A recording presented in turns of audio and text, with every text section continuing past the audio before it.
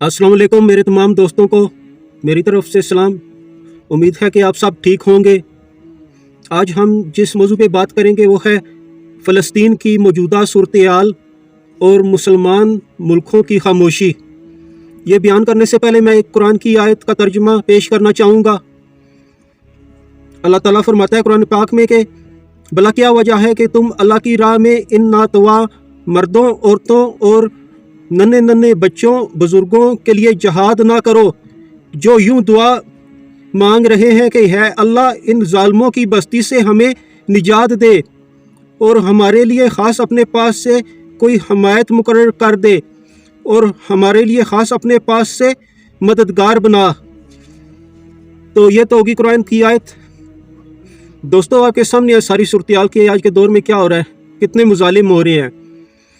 आज कुफार यहूदी का एक कुत्ता भी मारा जाता है ना तो पूरा यूरोपीय यूनियन हरकत में आ जाता है। सूरों की तरह मिलकर सब मुसलमानों पे चढ़ दौड़ते हैं और 56 से ज़्यादा जो इस्लामी ममालिक हैं वो चुप करके बैठे हुए हैं कि अपनी बारी का इंतज़ार कर रहे हैं कि इसको मार लें तो फिर आके हमें भी मारें। अपनी अपनी बारी पे सब इंतज़ार में बैठे हुए हैं। क्या और कोई आवाज़ उठाने वाला नहीं?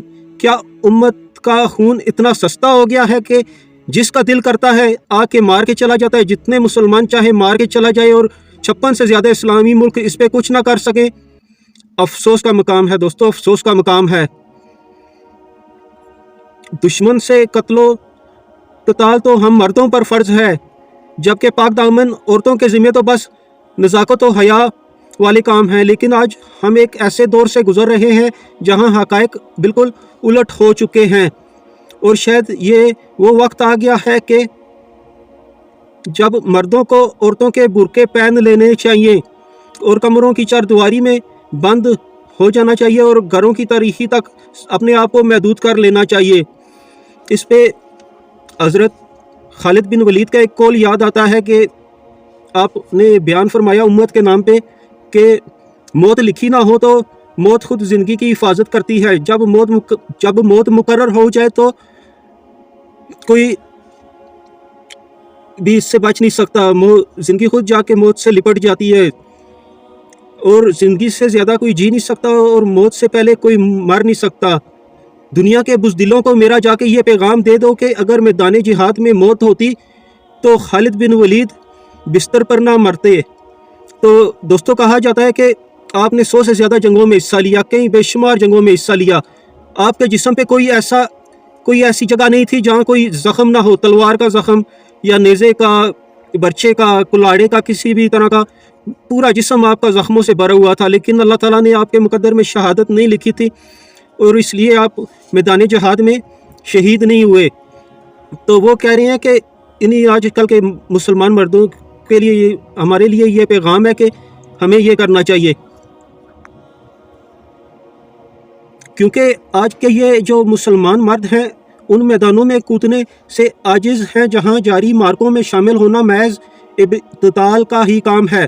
बस मर्दों को चाहिए कि वो कमज़ोर औरतों के लिए मैदान खाली कर दें। शायद कि ये औरतें अपनी उम्मत के लिए कोई काम सर अंजाम दे दें जिसको ये मर्द करने से आजिज़ हैं आज के मर्द। अफसोस का मुकाम है दोस्तों, ये अफसोस का मुकाम है। अल्लाह अकबर। अफसोस है ऐसे दौर पर जहां पस्त हिम्मती ने इस उम्मत को लागिर बना दिया है। उम्मत में वहन की बीमारी आ गई है। वहन से मुराद है कि दुनिया की मोहब्बत और मौत का डर, मौत का खौफ, ये इसको कहते हैं वहन की बीमारी। और इन पर बुज़दिली इस कदर गालिब आ गई है कि बिल आखिर बापर्दा ख़वातीन और मासूम बच्चों की परवरिश करने वाली माएँ इस पर मजबूर हो जाएं कि वो मर्दों का किरदार अदा करें और तकबीर के नारे बुलंद करती हुई मैदान में उतरें। आज कुफार में से उनकी मदद के लिए कोई बैरी बेड़ा भेज रहा है, कोई हथियार भेज रहा है, कोई अपने कमांडो भेज रहा है, जबकि हम 56 से ज़्यादा इस्लामी मुल्क सिर्फ ज़ुबानी वो भी हल्की सी मजम्मत कर देते हैं। जी हम मजम्मत करते हैं, ये वो।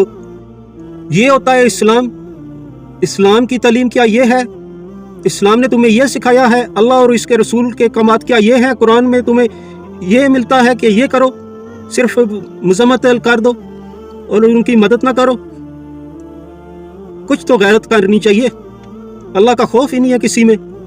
اسلام تو کہتا ہے کہ مسلمان ایک جسم کی مانند ہیں، جسم کے ایک حصے میں تکلیف ہو تو پورا جسم اس کو محسوس کرتا ہے اور اس تکلیف کو دور کرنے کے لیے کوشش کرتا ہے، لیکن افسوس افسوس صد افسوس 56 سے زیادہ اسلامی ممالک کے سر پر جوں تک نہیں رینگتی۔ کیا اتنا سستا ہے مسلمانوں کا خون؟ کیا لاوارث ہے میرے نبی کی امت؟ ہرگز نہیں۔ چاہے کوئی مسلمان ملک کے جمہوری حکومت بے شک چپ ہیں، پر آج بھی اس دور میں بھی اللہ اور اس کے رسول کے ماننے والے موجود ہیں جن کا ضمیر زندہ ہے، اور وہ ترستے ہیں میدان میں اترنے کو اور لڑنے مرنے کو خوشی خوشی سے۔ وہ اللہ کے ایسے دیوانے ہیں کہ موت ان کو پہلی رات کی دلہن سے زیادہ پیاری ہے اللہ کے راستے میں۔ آج ضرورت ہے کہ ایک ہونے کی، ایک امت بننے کی۔ جس طرح آج آپ اپنی آنکھوں سے دیکھ سکتے ہیں کہ دنیا میں امن کے علمدار بننے والے کفار ایک پیج پہ گٹھے ہو گئے ہیں، اسی طرح ہم کو بھی ایک ہونا چاہیے۔ وطن پرستی، قوم پرستی چھوڑ کر امت بننا ہوگا، امت بننا ہوگا دوستو، امت بننا ہوگا۔ ہر ملک، چاہے وہ مسلمان ملک، ہر ملک وہ جس میں بھی چاہے بے شک جمہوری حکومت ہے نام نہاد، وہ خود اگر کچھ نہیں کر سکتے تو اتنا احسان کر دیں اس امت پر کہ صرف اتنا ہی ہر ملک، مسلمان ملک اعلان کر دے کہ جو بھی اپنی مرضی سے اللہ کے راستے میں اپنے بھائیوں کی مدد کے لیے جانا چاہتا ہے تو جا سکتا ہے، ہماری طرف سے کوئی رکاوٹ نہیں ہوگی اس کے راستے میں۔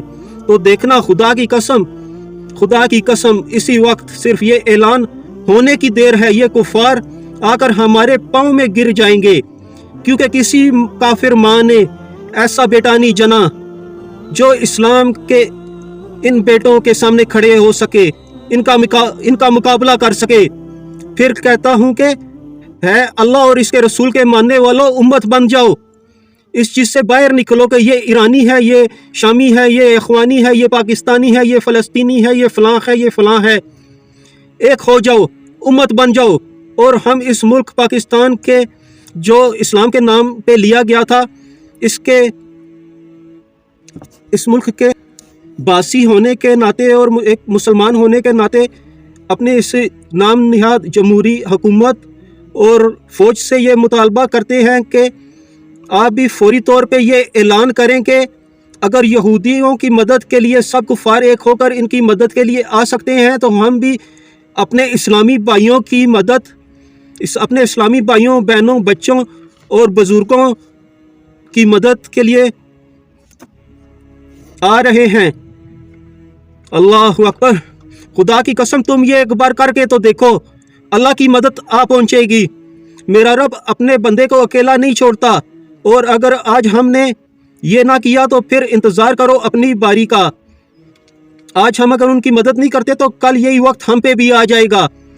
یہ دنیا مکافات عمل ہے۔ آج تم ان کی مدد نہیں کرو گے تو بے شک نہ کرو، لیکن میرا مالک تو ان کی مدد کرے گا، وہ تو سب کچھ دیکھ رہا ہے، وہ تو ہر چیز پہ قادر ہے، وہ ان کی مدد کر دے گا کسی نہ کسی ذریعے سے۔ لیکن ایک دن تمہارا بھی آئے گا، یہ یاد رکھنا۔ یہ میں نہیں کہہ رہا، یہ میرے الفاظ نہیں، یہ اللہ کے الفاظ ہیں، یہ قرآن کی تعلیم ہے، یہ رسول کی حدیث ہیں، ان کی تعلیمات ہیں۔ اللہ اکبر۔ تو دوستو اللہ سے دعا کرتے ہیں کہ اللہ پاک اس ملک کو حقیقی معنوں میں اسلام کا قلعہ بنا دے، اور جہاں جہاں مسلمان مظلوم ہیں ان کی مدد فرمائے، خاص کر کے فلسطین کے مسلمانوں کی مدد، اور ان کو ہمت عطا کرے کہ وہ کفار کا مقابلہ کر سکیں۔ ہمارے اندر اللہ تعالیٰ کی ذات جذبہ جہاد اور شوق شہادت پیدا کرے۔ بے شک تمام تعریفیں میرے رب کے لیے ہی ہیں جو ہر چیز پر قادر ہے۔ تمام بھائیوں کے سننے کا بہت بہت شکریہ، اپنی دعاؤں میں یاد رکھیے گا اور امت کے لیے دعا کیجیے گا۔ اللہ تعالیٰ ہم کو ایک امت بننے کی توفیق عطا فرمائے، آمین۔ جزاک اللہ الخیر۔